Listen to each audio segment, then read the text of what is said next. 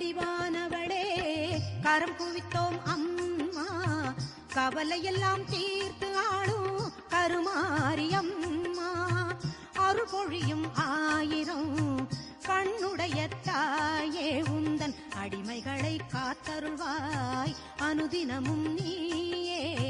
கருணை வடிவானவளே கரம் குவித்தோம் அம்மா, கவலையெல்லாம் தீர்த்து ஆளும் கருமாரியம்மா.